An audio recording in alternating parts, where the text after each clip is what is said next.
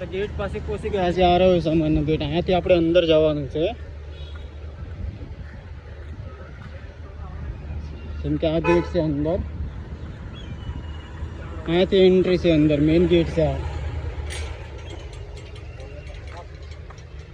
આખો અંદરનો એરિયો છે આ બધો. તમે જોઈ શકો છો એકદમ મસ્ત આખો વાતાવરણ જો અહીંયાનું. હમણાં તો વરસાદ છે એટલે આવું બધું થઈ ગયું છે, પણ હમણાં આજે વરસાદ નથી.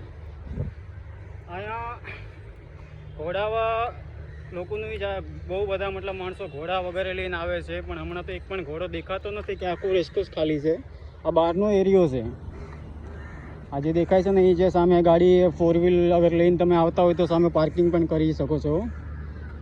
અને જો અંદરથી આ રીતના દેખાય છે. હજી અહીંયાથી જવામાં 2-3 મિનિટ લાગશે. જ્યારે હજી મેઇન ગેટ છે ને જે અંદર આખું રેસકોર્સ જવાનું છે એ અંદરની સાઈડ છે, સામેની સાઈડ. જે અહીંયાથી આ જે એરિયો છે આ બહારનો એરિયો છે આખો, પણ આ મેઇન ગેટ છે અંદર જવાનું એ આગળ છે હજી. અને ત્યાંથી જે બધા લોકો અંદર જવાની એન્ટ્રી થાય છે, એન્ટ્રી ગેટ આગળ છે હજી, અહીંયા નથી. તો ઘણા ટાઈમ પછી થઈ ગયો, કમસે કમ 1-2 વર્ષ થઈ ગયા હશે. 1-2 વર્ષ પછી હું અહીંયા આવું છું.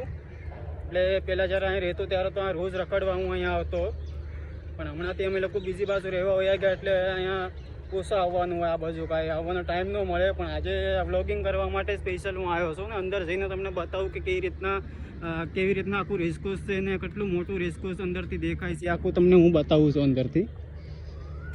હમણાં તો બહારથી આવી રીતના કંઈક દેખાય છે, તમે જોઈ શકો છો. પણ વાતાવરણ મસ્ત છે ને એકદમ બ્યુટીફુલ છે આખું. આમ લાગે કે કાંઈક દેહમાં આવ્યા હોય એવી ફિલિંગ લાગે છે આપણે.